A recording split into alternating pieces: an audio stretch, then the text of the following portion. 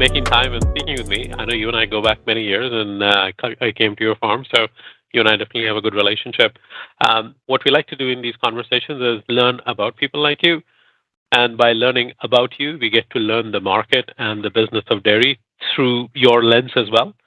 And the more lenses we apply, the more dimensions we learn. I think collectively we all become, better and more informed. So the format we like to follow, Jenny, is to keep it very informal, as informal as possible. So language no bar. We'd like to start with your past. How did you choices you made, series of accidents. With younger people, we get a little bit more crazy. It's like, so were you too drunk that you got into dairy? Right? But what choices you made? What are the series of coincidences, accidents that got you where you are today? Then we get into your present. What are you doing today? How are you involved? And then from there, a vision or aspiration into the future. Or what is it that you would like to see happen in dairy and the business around us and stuff like that? Does it make sense? It makes perfect sense. So now the fun part is, we did a little bit of cheating. You and I have had this chat when I was hanging out with you, but for the purposes of anybody who would be tuning in and listening, can you give us a little background of you were not born on the farm, but if anybody came to see you today, they could not tell that. So where did you start and how did you get to the farm? What are the series of accidents that got you here, or stories that got you here? Well, I like to tell people, and I tell them often, that I was the first generation on both sides of my family that wasn't actually born on a farm. And then it only took me about 2 decades to find my way to one. But my dad came back from the service, and instead of being part of the farm, he started working for the local John Deere guy and the John Deere company, and he started in parts and in service, worked his way up to sales, and ended up actually, by the time I was in junior high or grade 7, he was a salesperson and a vice president, and then ended up owning the company. And along the way, my mom was an entrepreneur. She actually used the land, the former farm that we lived on, and made it a productive market garden. Was very subsistent, made a lot of my clothes, made a lot of our food, sort of grounded me, but I didn't live in an agricultural way. It was a part of the life, but I really feel like throughout most of my formative years, I firmly had one foot in what we would call urban and one foot in rural, even though I lived in the middle of nowhere in Maine. And that kind of drove me to want to go far, far away, as many youth does, and especially in my state of Maine, where we have what we refer to as a brain drain, which refers to how so many of our young people grow up and leave the state. And for a while, like when I was growing up in the 70s and 80s, I've just dated myself horribly, but that it was you stay and you are doing a couple things, and a lot of that was mill work, or it was being a part of a family's farm or a family business, or you leave and you go off and you do these really amazing things that no one dreamed you could do of, and your parents worked so hard to make sure you could. And my dream, my dream was to go off and feed the world. That was what I anticipated. That's what I dreamed of. I trained for. I wanted to be. I imagined myself feeding people in a war zone or in the middle of a disaster. In my high school class, for class gifts, they awarded me the Nobel Peace Prize because they thought that I would be off doing that sort of thing. And I did. I tried to. I got as far as Worcester, Massachusetts. And I was studying comparative foreign policy and international relations. And I had really found my groove. And I had really great skills, and I was learning so much, and professors were talking to me and encouraging me, and I was spreading my wings. I was so happy to be away from home, and I was enjoying the fact that I could do so much, but something was wrong. It wasn't what I wanted, and I couldn't put my finger on it. And a professor of mine who was very intent on having those discussions with her students sat down and told me that, I had a bright future, and, she would love for me to focus on her sphere. And, and I told her, I think I want to go home and be involved in agriculture at home and be George Bailey. And she told me point blank, you have to do what you have to do. And I did. I decided to come home. And I broke it to my dad, whose biggest dream, after I'd broken his heart by being a girl, I think, when I was born. And so that was the foregone conclusion, was that I couldn't be his number two at his business. I think at that time he realized, that maybe I could. And then by that time I was already dreaming of going away. But I broke it to him. I wanted to come home and I wanted to be involved in agriculture. And I gave him the articles from the John Deere magazine, The Furrow. I took him out to supper at his favorite restaurant and everything. And he was just devastated. He was so proud to say that he had sent his daughter off to college.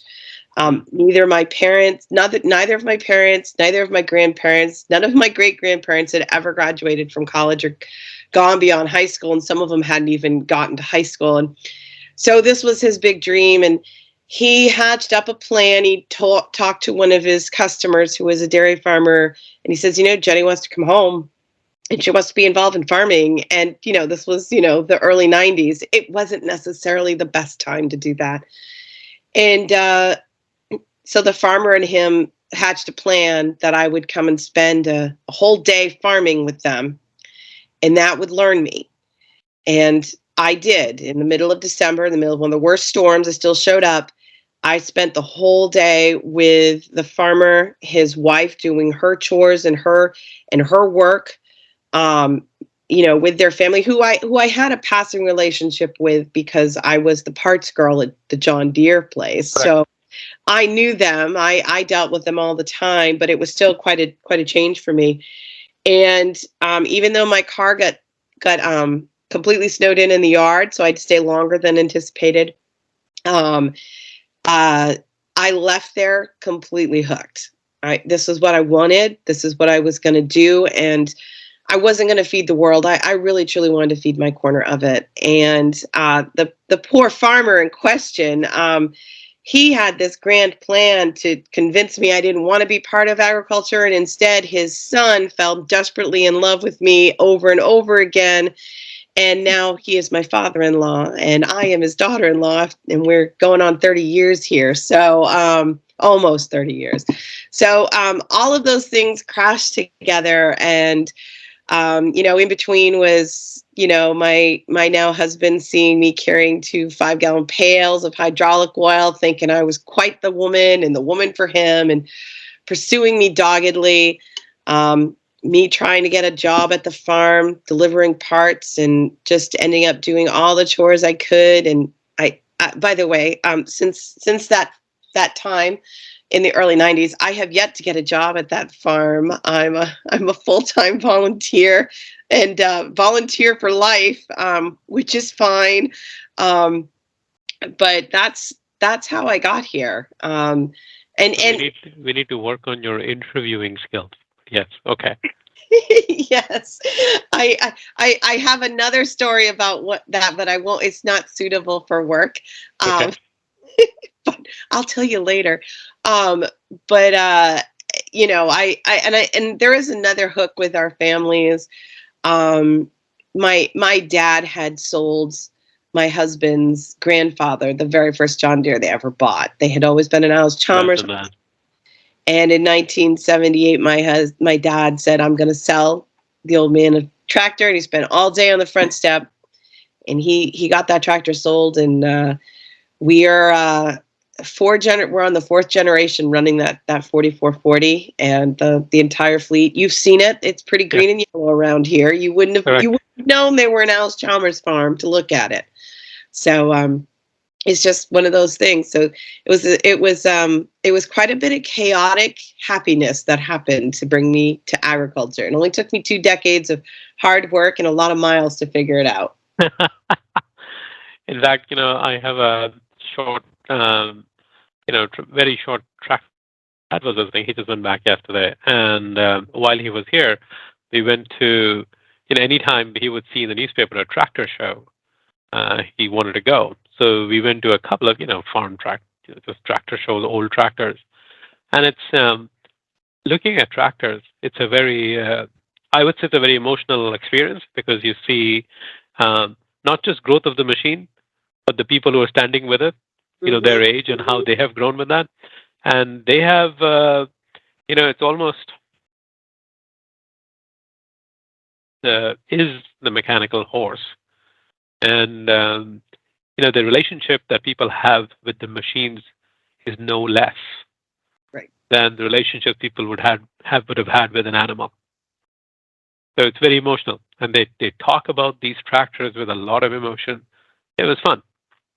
My grandfather, who grew up across the river, when he found out that I was dating one of the quote unquote flood boys, he knew that his great grandfather, my now husband's great grandfather, on his grandmother's side, actually was the blacksmith in town, and Oh boy, he loved talking about taking the team downtown to get shod by this blacksmith who was a fairly sizable figure. I mean, he was a very imposing sure, figure. And of course, the team was a team of workhorses, and it was nothing for him to pick up those hooves and bend and make them go where he wants them. But as much as he enjoyed the power and the regalness of leading that team into sure. town, he said nothing compared to putting away that John Deere bee that they had finally bought and saying goodnight to it and not having to shovel a freaking thing. That Right. was a big deal for him. And that grandfather was the youngest of 14 kids. So he really had the longest run of work on the farm. But yeah, he loved that John Deere bee. It was such a touchstone for him because Yeah. such a change in his life that in his 70s he bought one just because it was the same year. He said it's the same year the one we had, and that's what he wanted. It was an emotional touchstone for him. Absolutely. Absolutely. So Jenny, now sort of now connecting that to the present. So I got to know you when I was at the co-op, and you have become quite the, let's just call it, let's just refer to you to start with as a passionate educator around you, right? Both in matters of policy, farming, agriculture, well-being of the farm, well-being of farmers. So walk us through, how you developed that vocation. So, and I will say that I like passionate educator, but a reporter did actually refer to me as a quote unquote outspoken advocate, and I accept both. Yeah, yeah. And when we finally got to actually meet in person, it was actually in Chicago at the U.S. DEC meeting, U.S. Dairy Export Council. So it was a really heady time for me. It was my first time at that national meeting. Yeah, so finding my voice is something that I am constantly doing, and it's constantly evolving. But I was asked this question just recently about how did I hone my skill and center it. And really, honestly, I have been a mouthy person since the day I was born. I know as a child, everyone told me I was I used to have the nickname of being town crier. I was really loud. I was always talking. I could carry on a conversation with myself. No one had to be in the room with me. I kept myself very busy at all times. I was a very avid reader. Current events was a big deal for me. And I was very opinionated about the things I saw. And I'm very prone to learn more about them to find out if my opinion was correct. So, I mean, you have your gut instinct, you have your heart, you have your brain. You have to make sure all three align in order to make sure that you're going in the right direction. And I think really at a young age, I did somehow, I don't think I consciously developed that acknowledgement and awareness, but I went through the motions. because I did enjoy reading. I love digging into research, and finding more about things. And I do remember having opinions different from those around me. I grew up just 20 miles away from where I live today, just a couple towns over, and a lot of the people around me had a lot of different values and ideas of the way the world should be. And a lot of that was couched in the way their world looked and who was there. And for some reason, however it happened, a lot of my ideals, my opinions were built on the way I knew that the world could look and did look outside of my small town. And a lot of that has to do with the people who were not within my family or within my community. A lot of that was just being able to accept. And it was also exposure to people who you wouldn't think I would have at a young age, but I did, and I accepted it, and I tuned out sort of some of the stuff that was said about them by these people who, in this day and age, we would say that their comments and their thoughts were racist, or that they Sure. were phobic in certain ways, and really not something you would want to espouse. Um, so I always felt like I had a voice that way. As I grew older and I hope wiser, I also realized that the power of my voice wasn't just for what I felt was right and just and what I wanted people to hear, but because it could actually reduce barriers for myself and for others. It could open gates, open doors, smash ceilings, move mountains, clear paths, the whole 9 yards. Um, and between, early exposure to other thinking, to high school rebellion, at a time where there was no internet, at a time when it was the 6 o'clock news or nothing, um, getting, and then reaching that university level exposure of having friends who were Kurdish, being exposed to organizers, people who showed me how to reach out and form a consortium. If you're going to protest a war, let's make sure that we're protesting the right way and getting a coalition together. Mm. Organizing and making sure that veterans that want to have their voices heard at these protests have rides to the protests. Doing that sort of thing, making sure you're sitting at the table at the Jewish Student Coalition at an important time when our relationships in politics are important in the Mideast, and what's going on in one country affects others. Sure. Being a part of the International Student Union, sitting at a table with a coalition that made sure to include the Black Student Union, these sorts of things. I would have never known to do that had I not witnessed it and such. And then coming back home to Maine, where hardly any of that is visible and everything. So I brought with that amplified voice, and it just sort of stuck. I had what I had. I had my tools. I went away. I came back, and I was still the person that when I left, and I think that I just haven't stopped. Like just now, I didn't take a breath. I just kept talking. I wouldn't shut up. Um, But you, I'm an you're also angry you're person. also being very humble. And the reason I say that is, so recently Gretchen was telling me that vision without execution is daydreaming.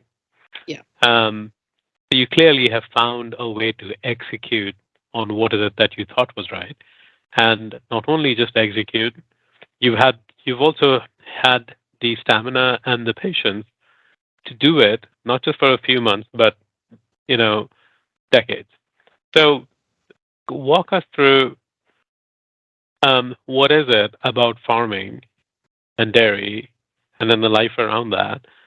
If you apply that lens, is attractive to you, and what is it that you're?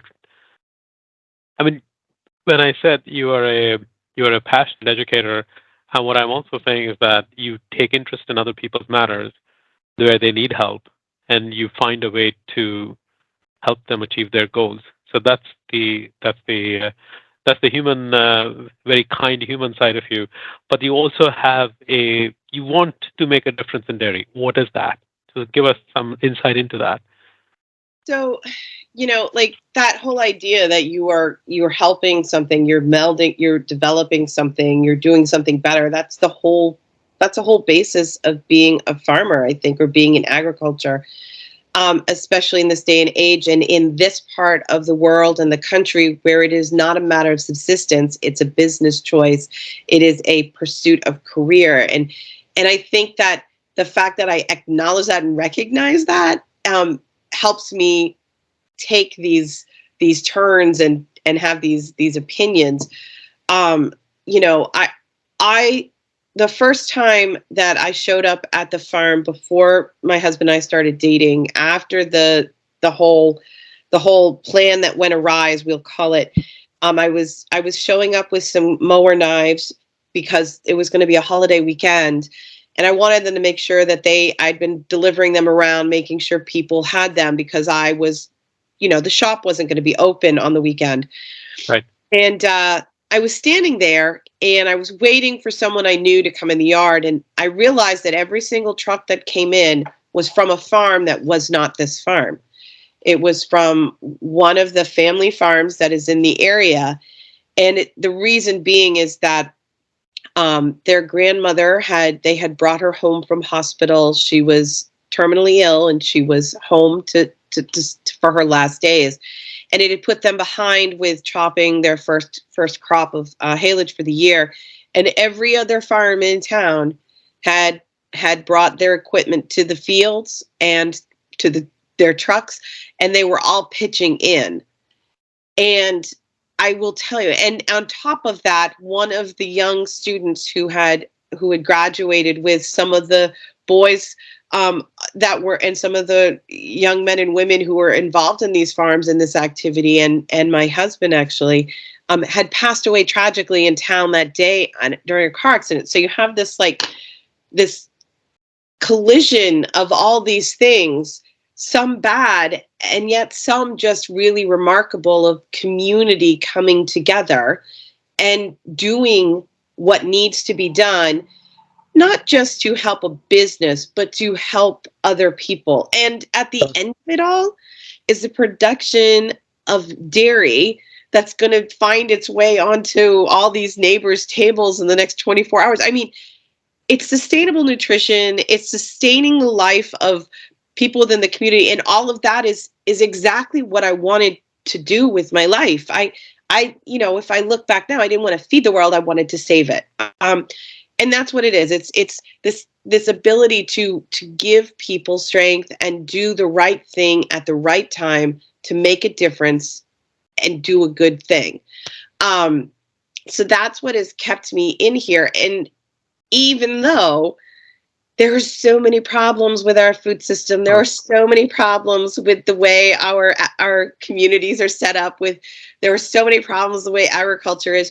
So that is why I just needed to keep actually talking and finding ways to get my foot in the door, my ass in the seat, and my voice in the air. And so finding ways, and a lot of it was people coming to me and asking me to step up and to be a part of this. Will you speak out? Will you speak up in this arena? And so that's been helpful. Being involved in the cooperative governance in ways has been remarkable for me. It's been such growth and development. I always feel out of place a lot of times. I don't have a college degree, and so many around me do. And I think there must be some class where they take them all aside and show them how to operate daily in their lives and make things go right. And because I feel like I just am not equipped with that capability. But being able to be involved in the legislative committee, representing dairy farmers on various boards, and finding ways to represent agriculture as a business in other spheres, whether it be on the community college board of trustees, or I happen to be chair of Volunteer Maine's Commission for Community Service. I mean, these are all interlocked with how Sure. we keep that fabric of our communities, and how do we find the problems and solve them and create a better food system, a more equitable and just and diverse system. I don't know if I answered your question, Anoop. No, you did. And in fact, the beauty of how you answered it, and this is now we're going off the reservation, unscripted a bit, is that so in all this, I have to ask you that what about the dairy business? And when I say business, broadly dairy, yeah, is in the last 10, 20 years, are you most pleased with of how it has changed? And then we'll get into what is it that you I mean, you and I have chatted ad nauseum about everything that needs to change. But let's start with what is it that you think is one or two good things that have evolved into now, and then we'll chat about so what are the big hurdles lay in front of us. One of the biggest things I think that has been a good thing, not just for those of us engaged in dairying, but everyone around us, is that it is a business, and we are slowly recognizing that it is a business, which means accountability, which means responsibility, which means action, which means improvement and progress. And it is wonderful to think back to the bucolic and romantic days of old, but replicating that means replicating a lot of bad stuff, and we don't want to do that. So I think that, and I especially feel that after the past few weeks, that more and more people who are actually in the dairy business on the end of the cow end are recognizing what so many in the business part of the dairy business have known, that you have to innovate, you have to look beyond the past, you have to do things differently to make sure we give people what they need. And you know, we talk about all the time about the triple bottom line of sustainability, and so often the financial leg, the financial line gets forgotten, but dang, it's the most important thing. And in a world where, yes, it is about the money, it's not going to change anytime soon. It needs to be about the money, and the money has to be about doing something good. And those are very hard things to do simultaneously while milking cows. But I think that in the past 20 years, especially, that has changed, that there's been more buy-in on that. Um, I, mean, I would underscore something that you're saying. You clearly grew up in and around agriculture and farm. I didn't, but I've gotten to know farming and farming family much closely, through my marriage. But what I want to underscore is two things. One is, following on what you're saying, um, in the energy business, um, what the business would say is all suppliers need to benefit financially. And if they benefit financially, they can sustain the level of service we get today. Any supplier who's not financially benefiting will cut corners and do the bare minimum.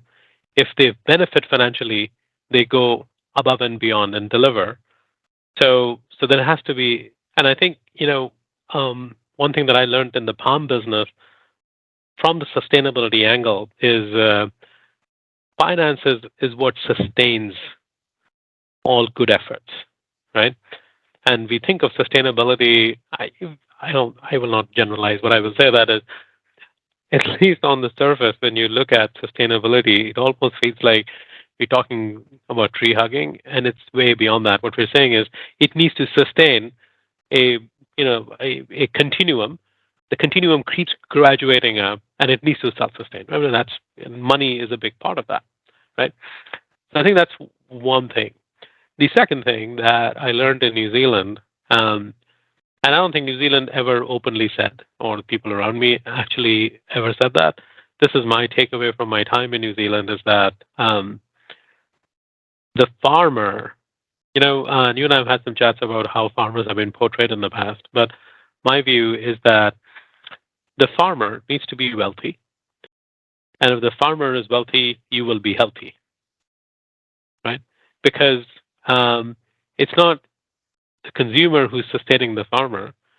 Actually, I mean, it's that as well. I don't see it's either or, but it's the farmer's well-being that is sustaining nutrition and your health, right? So I think it's a little bit of it's a circular thing, and it's not one or the other. Anyway, so I definitely underscore the element of money, and what I mean by money is efficiency, is profitability, is they have to be profitable, and part of the profitability is they need to pay for themselves, obviously. Right. Yeah. So You know, agree. it's we had such pride in the fact that farming we and people still tend to say this, that farming and dairying is not a business, it's a way of life. And I always tell people our way of life is the way we make our living, but we have to make sure that we are making a living, and that may mean adjustments on our way of life. It may be making sure that it's not, it's tail wagging dog type stuff. I Yeah, think yeah, correct. it really depends what kind of dog you've got and what kind of grip you've got on the tail. Really, Right. it's tough. It's tough, and I will couch that a lot of the changes that I was citing that I think are good changes have come at the expense sometimes of numbers of farms, and it has to do a lot with the change in the landscape and the makeup and the quantity of farmers. But again, I hate to use the decrease in number of farms as some sort of status on how well the dairy industry is doing. Sure. I really do think about how well are dairy farmers doing financially, and everything else, triple bottom line, and how well is our food system working to be the real pulse of how is the dairy business doing. And there are some bad things, but I do think that in most places, and not just in North America, but in most places, um, people are being well sustained nutrient wise by dairy. Farmers are doing okay, but not really, and the workers are not doing okay. So there's a Absolutely. lot of corrections that need to happen, but it's really unique to me that dairy worldwide and globally is this, and we've talked about this before, and I go on about it all the time. The average herd size globally is what, 1.2, 1.3, Okay. and who are the people who are owning those herds in a lot of places? Women. And Yeah. how that enables that change, that economic power, and it really adds those extra two lines to that triple bottom. And it's astonishing to me that it's that important globally, and it's almost a universal thing. It's Right. almost ubiquitous. It's also astonishing to me that we still haven't figured out how to do it well in countries like ours, and make all the pieces and principles strong, sustained, healthy, and productive. And it's a shame we're not worried about what's the next greatest thing right now, as Correct. opposed to how do we get to be able to be sufficient, or you know able to even finance the next thing. That's the really sad thing. So let's say, for argument's sake, that um, as far as financial sustainability or financial viability is concerned, let's say we are, flirting with that nice level that most of the farms that are currently in business are in business and they have some level of financial viability. Let's just say that. Maybe uncomfortable, but there's some level of financial. And that's what you're saying is that's one good thing that's come out in the last 10, 20 years. Is, it's not a hobby for the Right. most part, right? There's Side. also a level of, yeah, it's not a side hustle. At least mainstream is not a side hustle. I would argue, when I was having, some passionate chats with my father last couple of weeks, that India is still a side hustle, Yeah. dairy, yeah, and it's what's strange, not strange. It's an observation that it's a billion three size country, and dairy is the primary source of nutrition, and dairy is a side hustle for the majority, right? I think there's a massive skew in that, absolutely. Now, but what we also started to touch on now is things that you were saying we need to see progress and change on it. I think we've gotten to the financial sustainability part, being profitable. So what next?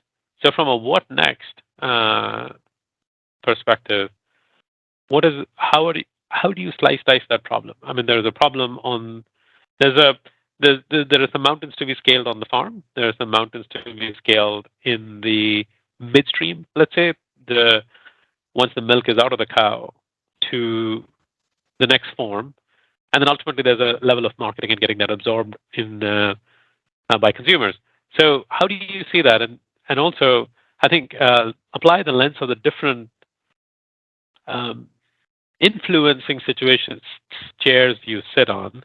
I'm so glad you said that, because I was going to say, how am I going to attack this? So as the dairy farmer that depends on dairy farming to be able to, to pay my way in life, Yeah, I would say that it's important for us to make sure that our structures, just our basic structures for payments and how do we value milk and how do we compensate farmers, needs to be realigned with the realities of how the business is. It can't be rooted in the same system it was rooted in the mid 30s. When it was desperate times, desperate measures, and we were trying to make sure we retained farmers in, to that has to change. And we also have to acknowledge the difficulties and the changes with all of the consolidation at different different stops along the value chain, and sure. and such. So those things just desperately have to change. And also, farmers have to be more responsive and more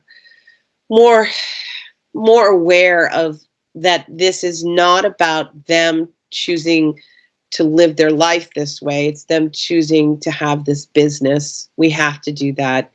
I hear a lot about people who want to go back to when you could raise a family of 6 on a herd of 36. And I've never known that time.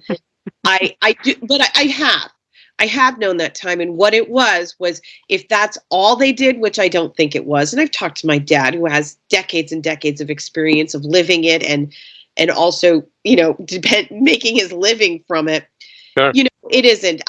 You look at these vintage aerial photographs, and when you see these farms dotting the landscape, there's always a huge garden. Yes. Correct. And it was like, yeah, that was a great time. You didn't have to go and pay your money and time. And as a woman, all I know is I know what that woman was doing with her entire life. Right. Seriously, this is the thing. We don't recall what you could make. You could eke a living out of maybe those cows. But what else? What weren't you doing? And this comes down to making a decision whether to pay the $150 an hour fee for John Deere labor or doing it yourself. You have to evaluate. Correct.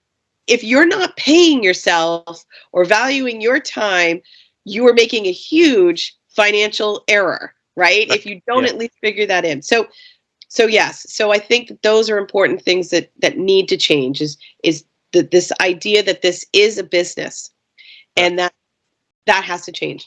If I put on my other hats of a rural advocate, of a food systems advocate, of someone who is very much concerned with our communities and the system, is that we have to make sure that it is part of a circular economy that is about putting in. And the thing is a circular economy, it can grow. I mean, I've had small donuts and I've had big donuts, and big donuts are excellent, right? Right. Let's put more into that donut, and let's make sure and acknowledge and know that we have to be better when it comes to this soil and this land. And just because it has always worked well for us before doesn't mean that, one, that it is still working for us anymore as well as it could, or there's not a better way.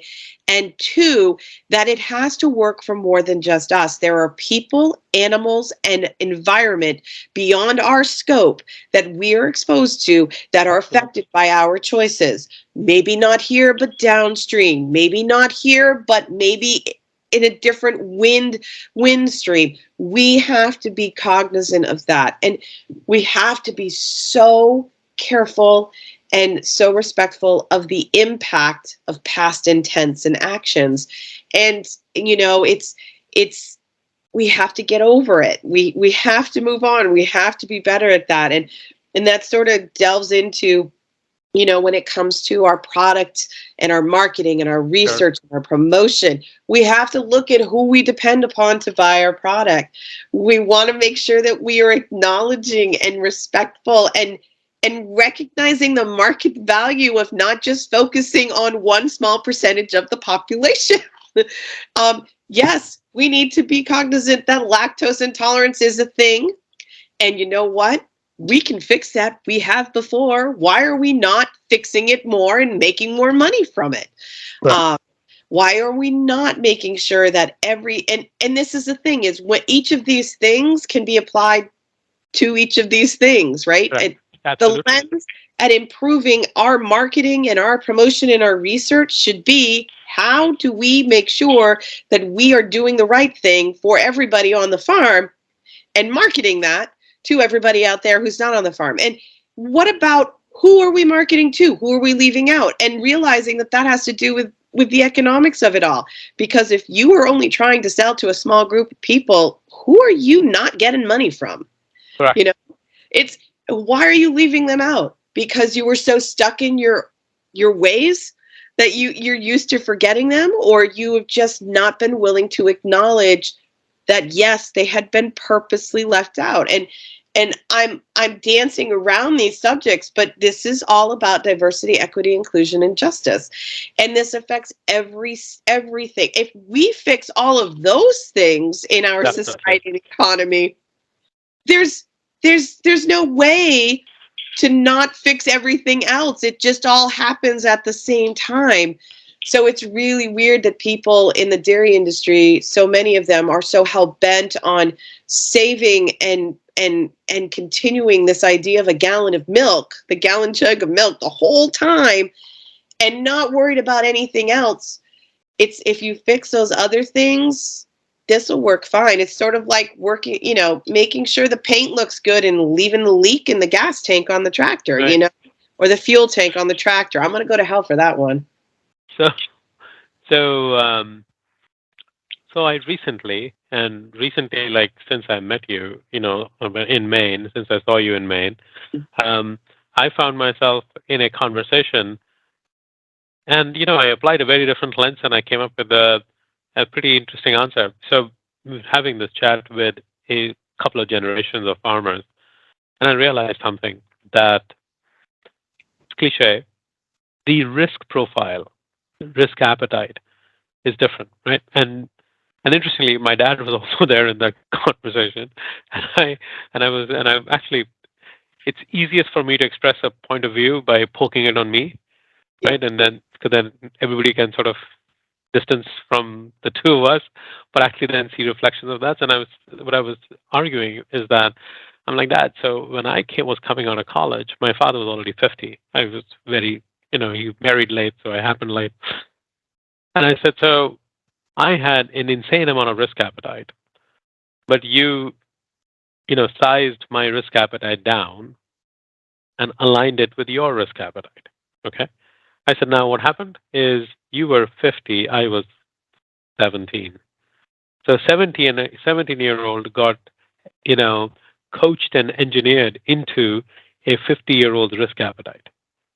Right. And what that does is that takes away a huge amount of ingenuity and improvisation and innovation and many other things, because it's the risk taking that creates the next more interesting thing, an idea to do, and that's how progress happens.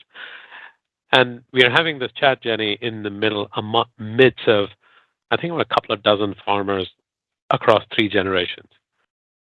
And boy, that was a phenomenal experience, because you could see that happening in the farms.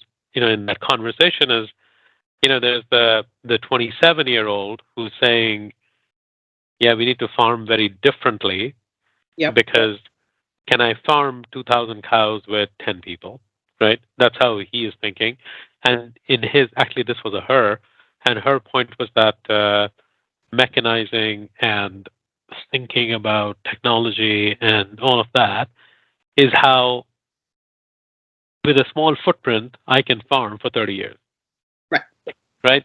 and not have to rely on my, and she was pointing to somebody else in the crowd who was 82 years old.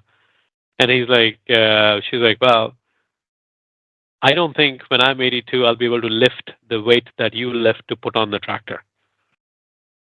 Right? So I have Right. to, yeah. And that was a big risk appetite discussion because what she's talking is making a big investment financially Mm-hmm. to, like the first tractor somebody bought in 1970 was, I'm sure the first farmer who bought the tractor was laughed at. Yes. Yeah. The last one was said, you're an idiot. You didn't sign up soon enough, right? I mean, that's the risk appetite, risk profile, difference. And what you are saying is exactly that. I mean, if I and I was telling after that I was on the drive home I was chatting with my dad that, hey, we just actually reformulated the discussion. He's like, what is that? He said, I thought you were picking on me. I'm like, well, I was. But really what I was actually learning, and the reason I picked on you even more, is I realized is that expressing what I've been wanting to express mathematically through, like, what's the risk appetite, is a Right. much better way of having this my way versus your way versus a new way versus an orthodox way discussion. It gets hooked into too many things that you can't solve. But if you start thinking in terms of, okay, you are thinking probably 20 years out, she's thinking 70 years out, right? That's the difference. So somebody who's 80 years old is thinking about 5 years forward, right? Right. And so, I want to ask you a question now. So I'm Yeah. going really off script and off res. Yeah. So when you have these conversations, like I feel like the older generation, they're talking about how to maintain Yeah. Yeah. what's right now, even if they're not here, even if they're only going 10 years, they're talking about Correct. how they want it done, like when they're not here still. Yeah. Yeah. Correct. And yet I feel like that 27-year-old, that 30-year-old, or even those 40 and 50-year-olds who still haven't wrangled control because they haven't been allowed to have it Yeah. yet. Not Correct. speaking of anybody in particular, but yes, I am. Um, we're sitting here trying to make plans for our immediate future. Yeah. It's not always just us. We're not thinking it's static. Like, we know that while we're making a long range plan for, 70 years, it's not 70 years of the same freaking thing. It's Correct. allowing for change. And I feel like that's one of those generational gaps and I don't know if those gaps existed before. Like, I don't know if they existed in the 70s and 80s, because everybody that I was around, they were farming because they wanted their kids to go off and have Sure. other options. Yeah. And stuff. So it's just so weird to me to think. But I mean, it's like, I think we've talked about this before, the idea of planning for the future or planning for a legacy. Yeah. Correct. And I think that dovetails into your risk, right? Yes. Yes. And I also think that, Jenny, the gaps you were talking about, or the discontinuity you were talking about, I would argue that despite all, despite everything that's wrong with today, yeah, Right. despite everything that's wrong with today, segregation, exclusion, you name it. I mean, I'm sure we can pick every adjective and find something wrong about that, right? Right. Despite everything that's wrong today, we are in a place where we are able to solve some very big problems very quickly. Right? I mean, we've made huge strides, as society, as technology, as many things. I mean, I remember in April 2020 having an interview with the Cornell Extension where it seemed like we were at doomsday, right? Everything had come to an end, COVID, everything shut down, we were all going to die. Right? At least that was the sentiment in the marketplace at that time. You looking at your dogs? Yeah, They're yeah. fine. They're both snoring, and I don't know if you can hear that. No, I can't. Now, and at that time, I was saying that, look, I mean, if at any time somebody can come up with a vaccine and get it out in 3 to 6 months, as impossible as it sounds, is now. Because when polio vaccine was created, it probably took, I don't know, 10, 20 years to come up with a polio vaccine. I'm like, but that was 50 years ago, right? We are here and now. And sure enough, look at that, Jenny. In the last 24 months, Society has vaccinated. And there's a lot of arguments, I'm sure, about vaccine.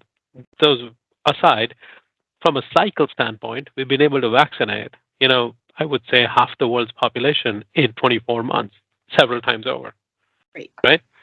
So, vaccine aside, what I'm really trying to say is that today's world, I think we're able to solve many different problems way more efficiently than what we were able to do 20 years ago. Yeah. Yes, it's a model of overcoming what we thought were insurmountable odds and Yes. barriers and doing something for a collective good and for the right reasons. Did we do it completely well? No, there's lots Sure. of things to debrief on. But yeah, Sure. you're right. We have this model there. And I think that has a lot to do with our dairy business, especially at the farm level when we're talking about what do we need to change and how does it have to get Sure. better. And this is the really hard part that I have struggled with over the past few years. I mean, honestly, last year at this time, I did not know that I'd be able to say, yes, I'm a dairy farmer. I mean, I've had serious conversations with people. I mean, I'm not going to order more business cards because I don't know if I can include dairy farmer on there next year. And I don't want to scratch it all out on every single one because I'm a farmer and would still use them. But it's when we're making these plans and finding out what is the right way to move forward, we kind of have to make sure that the discussion isn't hinging on making sure that all the farms are there when we get to where we need to be. Yes. And that's a really, really hard discussion. Absolutely. And it's tough but it's not about it's not about culling a herd as a farmer would speak. That's not about it at all. It's just that it's the reality of it. As you get better at doing something, which we have as dairy farmers, we have gotten so good at what we do. Of course. Absolutely. Unless we get really, really good at doing everything else downstream, which really is outside of our control. We're good at milking cows and taking care of the land, or we should be.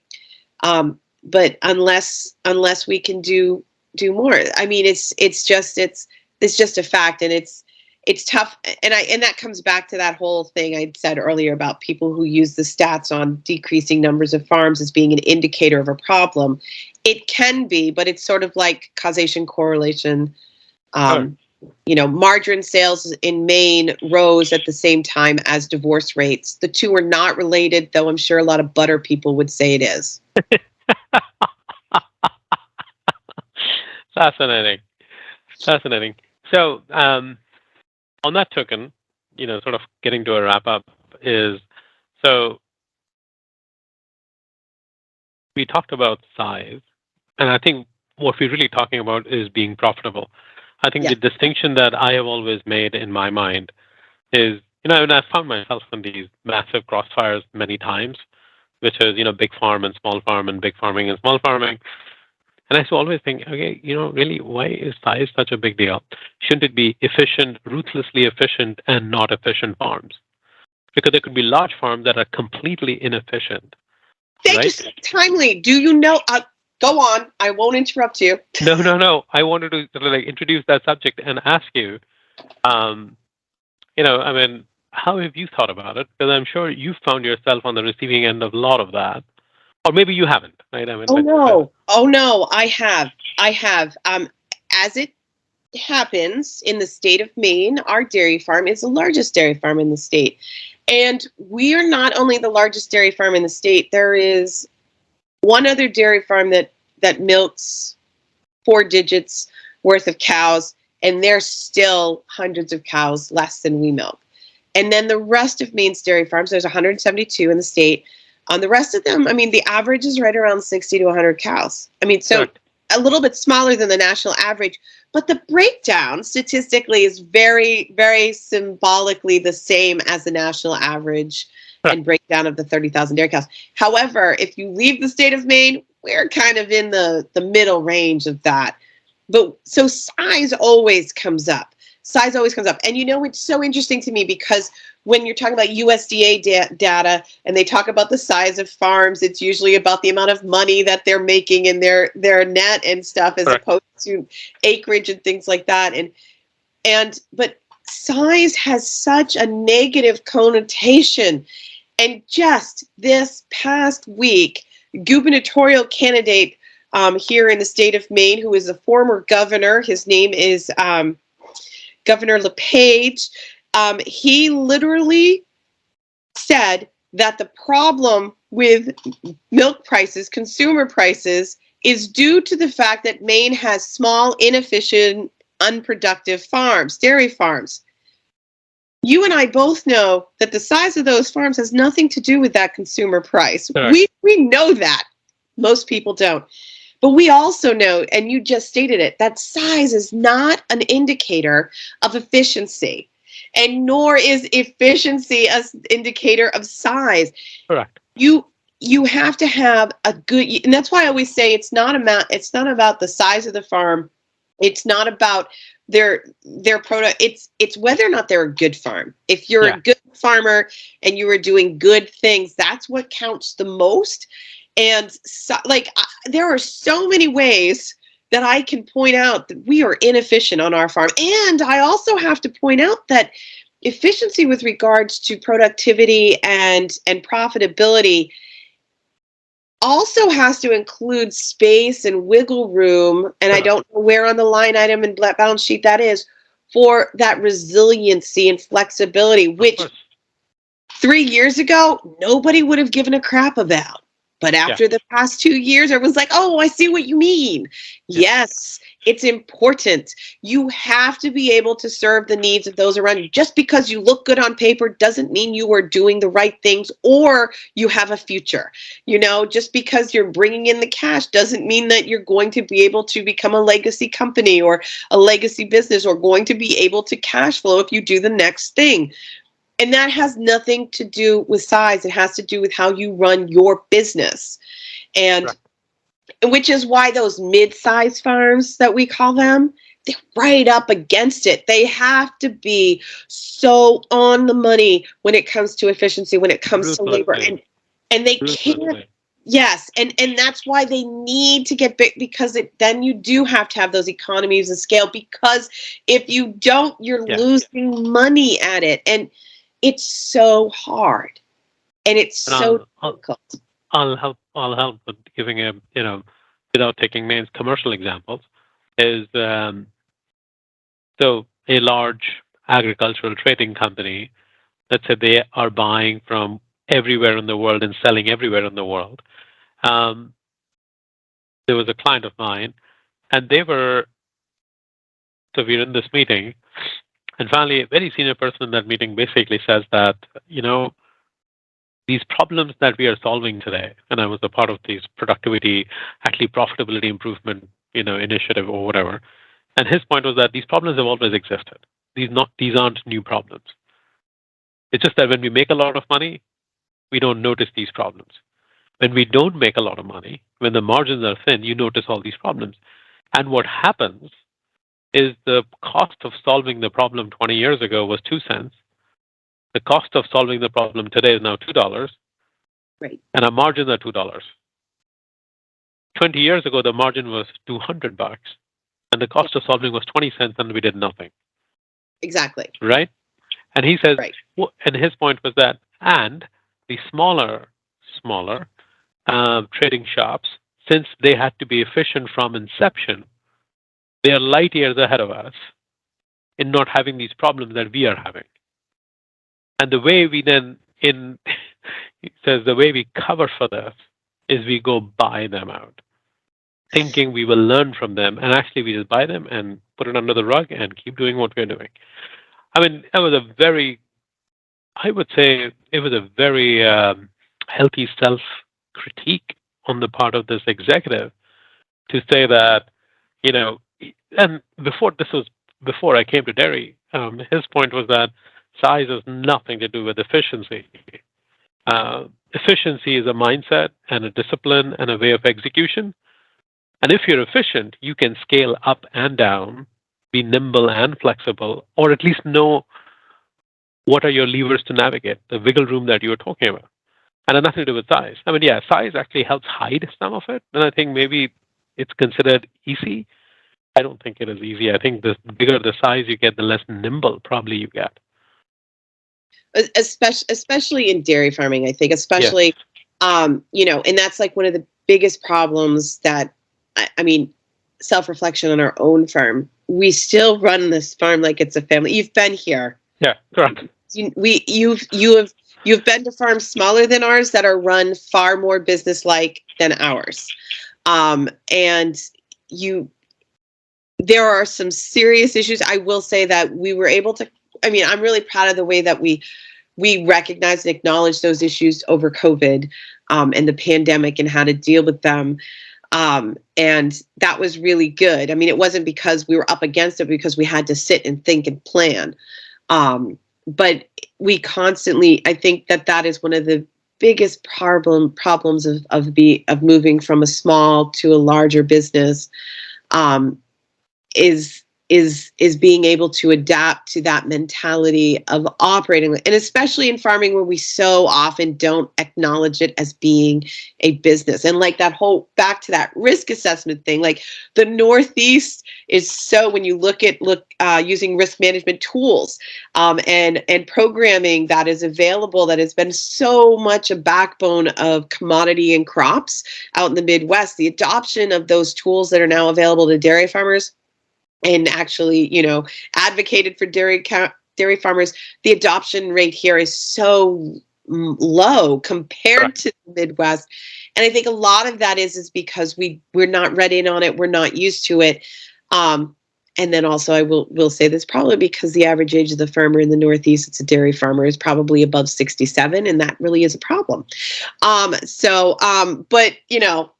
so it's not willing to take that. Why would we change the way we're doing it, or being unfamiliar with the tool and being able to adopt and stuff. So, but yeah, so everything just sort of converges and collides at the same time. You're right. So you've been very, very generous with both your views and time. And as a wrap, I know this will make you very uncomfortable, which is why I'll ask you to do it.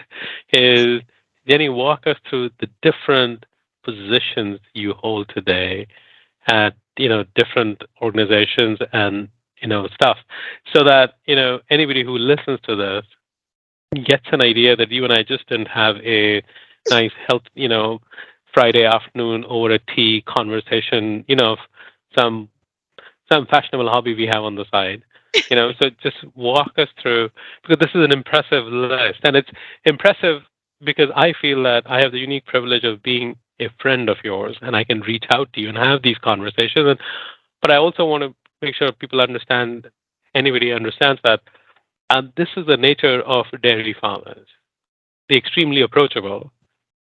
So just give us a walkthrough of what are the different things you are doing and different roles you play and positions you carry. Well, one, yes, thank you for recognizing that this is uncomfortable for me. I am my least favorite topic. But which is why we left it to the end. Thank God I've got my chai in me so I can warm with spices. So just as a background, I didn't just go straight from school to, or failure to finish school to farm. I've worked in family businesses my whole life practically. I've also been a waitress. But whether I was working at the farm equipment dealership, or working for one of North America's most prestigious and successful antique and auction houses, and coordinating a lot of things, and being an administrative assistant in the firearms division especially, and helping to oversee transfers of federal firearms and registered firearms. So things that go boom really, really fast and really big. That was my thing. So I do have some out of the farming experience, but I have been very privileged and honored to be able to serve on my cooperative's legislative and education committee. I am currently co-chair of Cabot Creamy Cooperative Sustainable Farms Committee. I serve on Maine Dairy Promotion Board and Nutrition Council. I was elected from them to serve as director and their representative on the United Dairy Industry Association Board. And because of that seat, I also serve on the Dairy Management Incorporated, DMI board. People will know that as Checkoff, our Dairy Checkoff board. That's at a national level. I also serve as Maine's farmer representative on the Innovation Center's Sustainability Alliance. I am on the board of trustees for the Kennebec Valley Community College Foundation's board. I serve as Volunteer Maine's chair and a commissioner. That means that we help oversee and strengthen Maine through volunteer service by means of our nation's service corps, such as AmeriCorps, VISTA, and Senior Corps, Food Corps, Conservation Corps, and I'm very proud to say here in Maine, our Climate Corps. I am also serving on Waldo County Bounties Board. It's a food insecurity initiative that works to integrate through all different types of platforms and entities, eliminating food insecurity while also supporting and underpinning the economic development of our agricultural sector. And I also, I think that's it, actually. I think that's the end of the list. Did you miss US DEC? Weren't you doing something with US DEC as well? No, as a director on dairy on the checkoff board, we do get reports from them. I had the opportunity to be at one of their meetings, but I like to say that I was Secretary Vilsack's boss. I was on the board, and we literally, right, of course. But interestingly enough, I would never ever say I was Krista Harden's boss. She never in my wildest dreams would I say that, because honestly, I appreciate anyone who leads as well as she does, and I can't imagine anyone saying that they are her boss. But I'm sure there's a couple that have said they are, but that's their law. So, you can edit that out. No, don't. Yes. No, it's fine. So what's in a wrap up, I would also say that, and you do all of this within a week. I mean, and that's the fun part for me, hanging out now in dairy country and on the farm, living on the farm, being around farmers, is the most uncomfortable conversation for me is, so do you have plans for the weekend? And nobody asked me that question here ever, because there are people like you who, I mean, whether it's a Sunday or a Monday, the only difference, the difference is by when you're going to church. Right? I mean, that's about what tells you it's a Sunday or not. And I think maybe. Yeah, and you won't find me in a church, but yeah. Yeah, right. I mean, that's about how we know the week has turned, right? I mean, that's, around me. Yeah. I have to look at my phone to tell me what day it is. Yeah, correct. And I think that is to me, that is the heart of agriculture country and farm country. And I thoroughly love hanging out. Now that I live on the farm in boonies, as most people would say that, I get to hang out with people like you and have these chats, irrespective of whether it's a weekday or a weekend. Right. Perfect. It is. Well, thank you. Well, thank you so much for being generous with your time, and I'm sure this is one of the many similar conversations we will have. So thank you so much, Jenni. Thank you.